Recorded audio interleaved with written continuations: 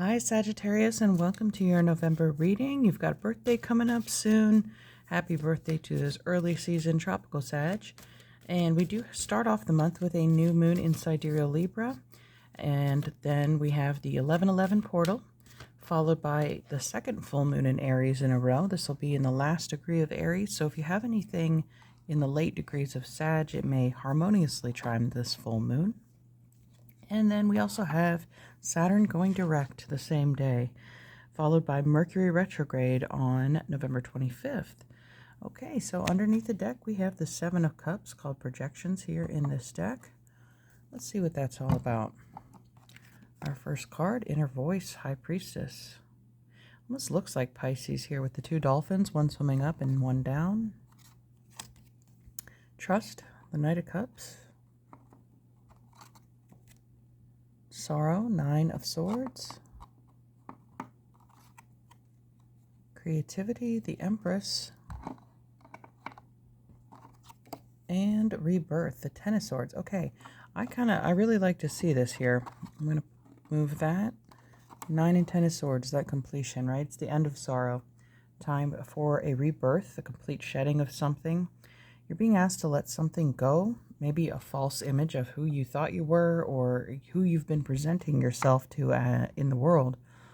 There's no more illusion. There is your true light shining through, and there's no fear of rejection here. There's a trust that the world or the people that are meant to be in your life will stay in your life, and those who are meant to go will fall away. But some of you may have been struggling with sleep lately, and this healing or this release is really what is going to help you get some restful sleep again. For some of you, this healing could be surrounding your mother with the Empress there, or your feminine mother energy as a parent or as a child. Let's see if we can expand this story with the Lenormand deck, get a little more information. The Knight of Cups, though, is very healing there in the Trust card. There's also your ancestors with the High Priestess I see coming through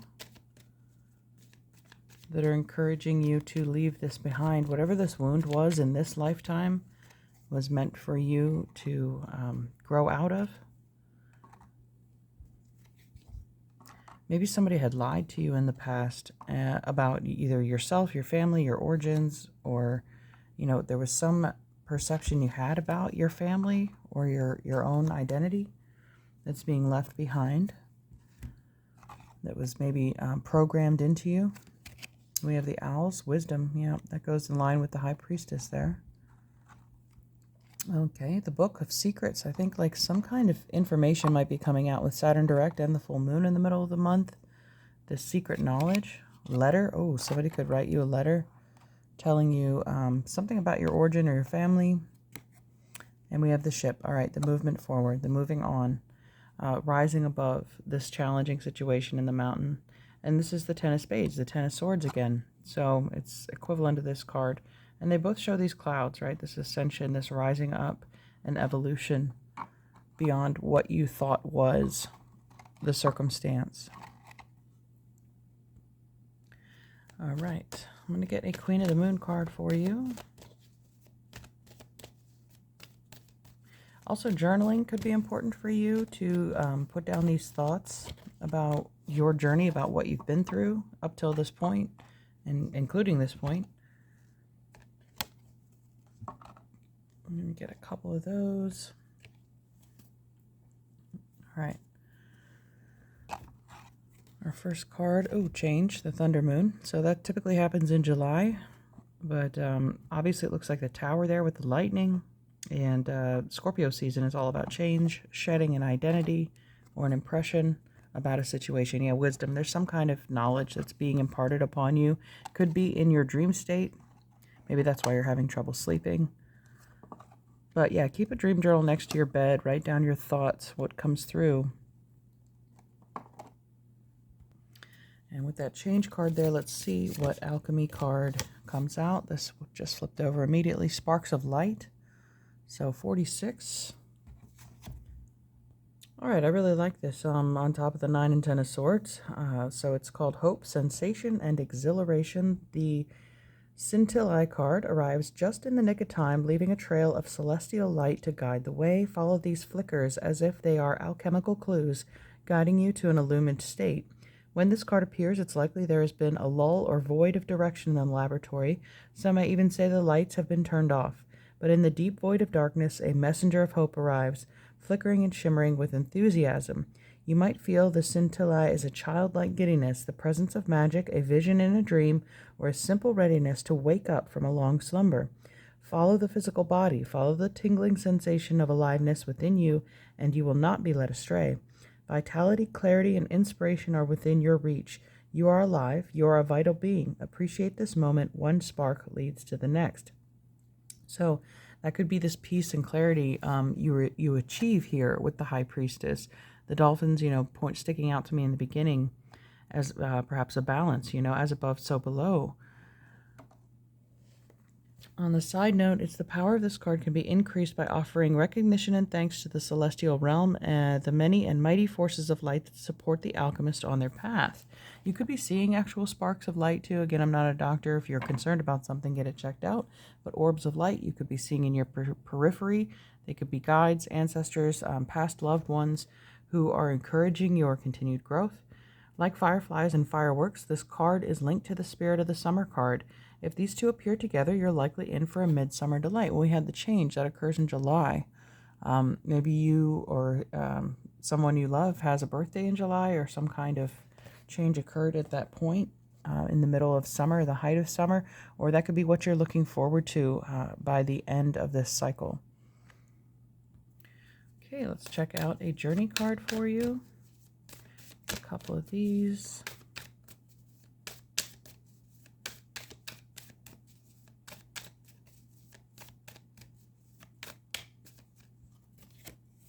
Okay, the unknown.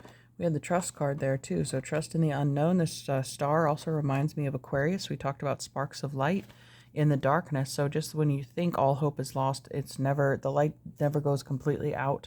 So there is a guiding star for you. Okay. And Saturn is going direct in Aquarius. So again, that's just when the answers may come. Okay, your beacon. Need I say more? More star symbolism. You yourself are a star, and underneath we have change again. So this Scorpio season is going to be very powerful for you as you're wrapping up your solar year, getting ready to celebrate your birthday. I guess it's always darkest before the dawn, with these sparks of light showing up. But don't be discouraged if you're feeling, or have been feeling anxious or sleepless lately. Answers are coming. And a Rose Oracle for Sagittarius.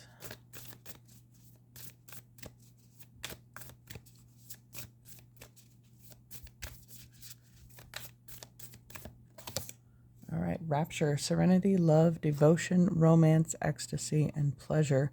Those could all be those sparks of light. A rapture, it's also like a taking up. I mentioned an ascension earlier.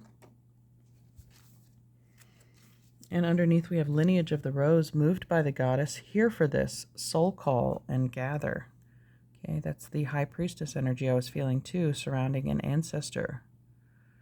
This is why you came. You could be the one who is meant to heal family lineage.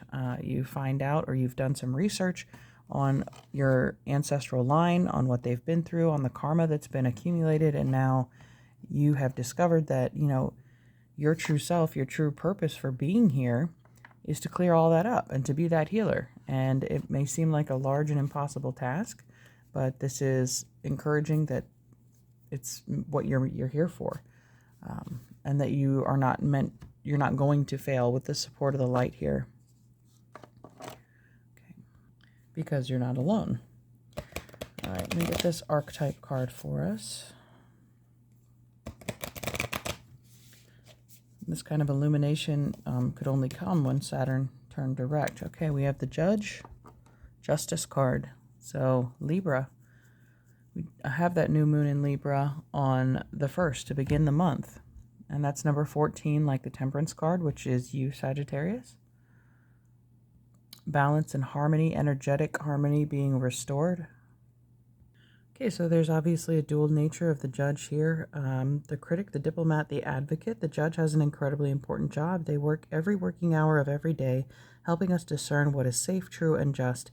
When this archetype remains unconscious or is captivated by fear, wise discernment turns into painful judgment of self and other. Ironically, the judge's energy can be a seed of racism, bigotry, and fear-mongering. This is the judge out of balance, building walls, separating from other. When this same discerning force is made conscious and healed, however, the judge may be found advocating for civil rights causes, standing up for the other underdog, providing resources for those in need, and forgiving again and again. Love is the deciding factor. Awakening this archetype is essential for the complex times we are in. Get your judge in order. The world needs it. The judge's energy is contagious. When we feel judged, walls go up all around. Similarly, when we feel accepted, the entire world softens. So it's up to you to decide, basically. Do you want to continue building these walls between you and your lineage, your history, or do you want to soften them with love and wisdom and forgiveness? Because again, maybe the rest of your family, like there's some secrets here. There's people aren't who they seem. So maybe we were too quick to judge when we were younger, or, we didn't understand because we didn't have the whole picture. You weren't ready to receive that knowledge. But now that you have the bigger picture in view, you're able to make a more fair judgment of them. And you can soften those walls with love. We have even under rapture, love, devotion, romance, pleasure. Let's see what the astrology cards have. We have the cardinal signs, instigation, bravery, a pioneering spirit. Yeah, so carrying this torch, this small flame through the darkness. Aries showing up there for our full moon on the 15th. And Leo, more fire, self-confidence, loyalty, creativity. So brave, confident, courageous. Even in this 10 of swords here, the rebirth. We go from the camel being asleep to the roaring lion of, could have our emotions ruling us and pulling us out of balance, to this wise child that is evolved out of this and has control over both of those states and has found some harmony between them. So that's the fully healed perspective that the judge was talking about. All right, let's see what rune you get this month, Sag.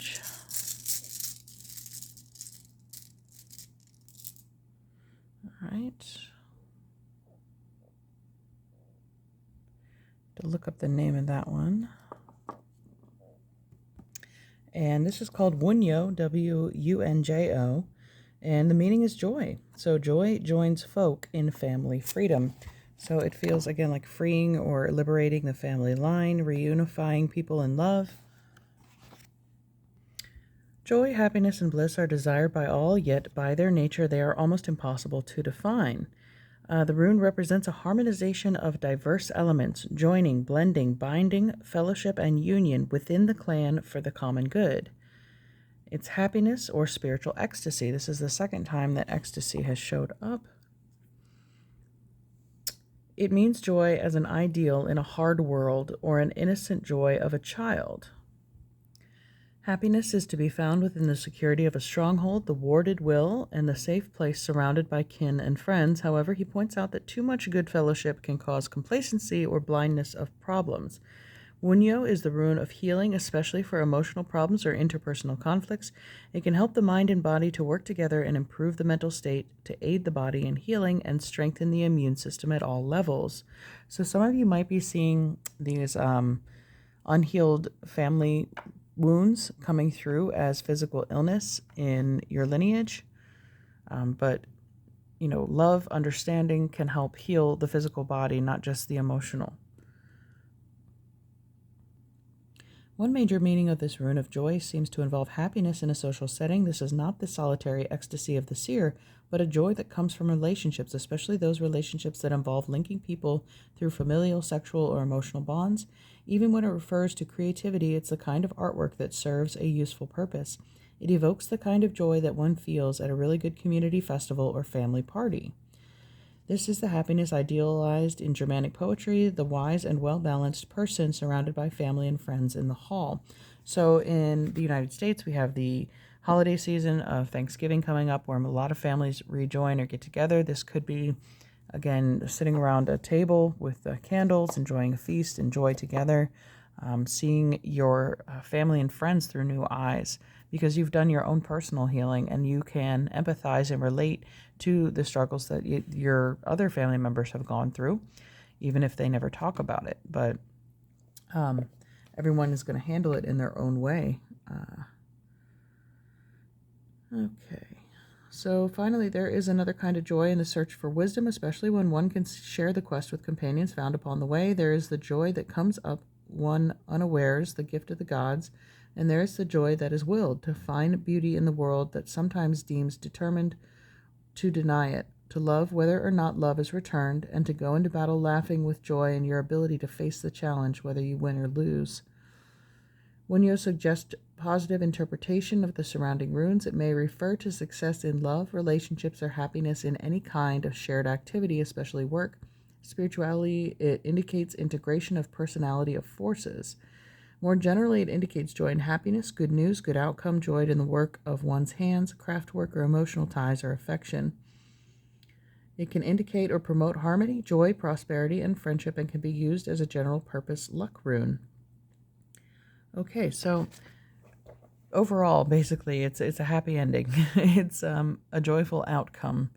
And I think that judgment of introducing love into the dynamic, forgiveness, empathy, and understanding is what is going to bring this family unit and ancestors closer together, as is your purpose here.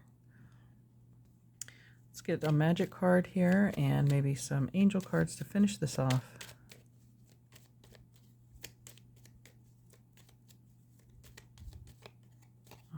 We have the Philosopher's Stone, powerful manifestation of wishes and goals by harnessing universal energy.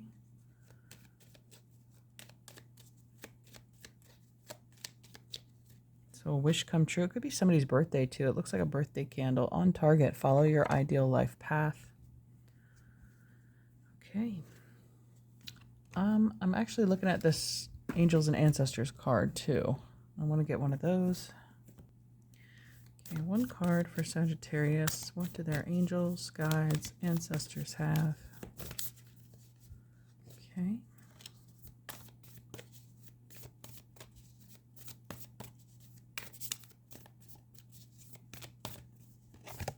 The Sun. Enjoy happiness and success.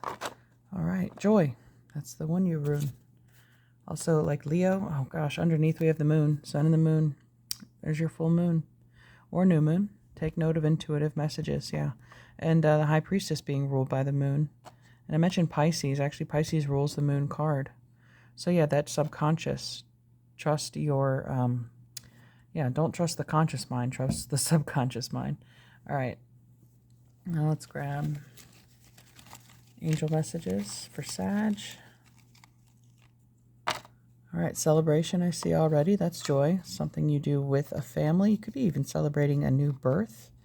We have honesty, taking a look in the mirror. You could inspire others to be honest with themselves as you are honest with yourself. Purification, yeah, that's the healing that we're talking about. A renewal. Beauty, okay. Somebody is going to see you as beauty. We have a person looking in the mirror too, seeing somebody as more beautiful than they ever recognized. Faith.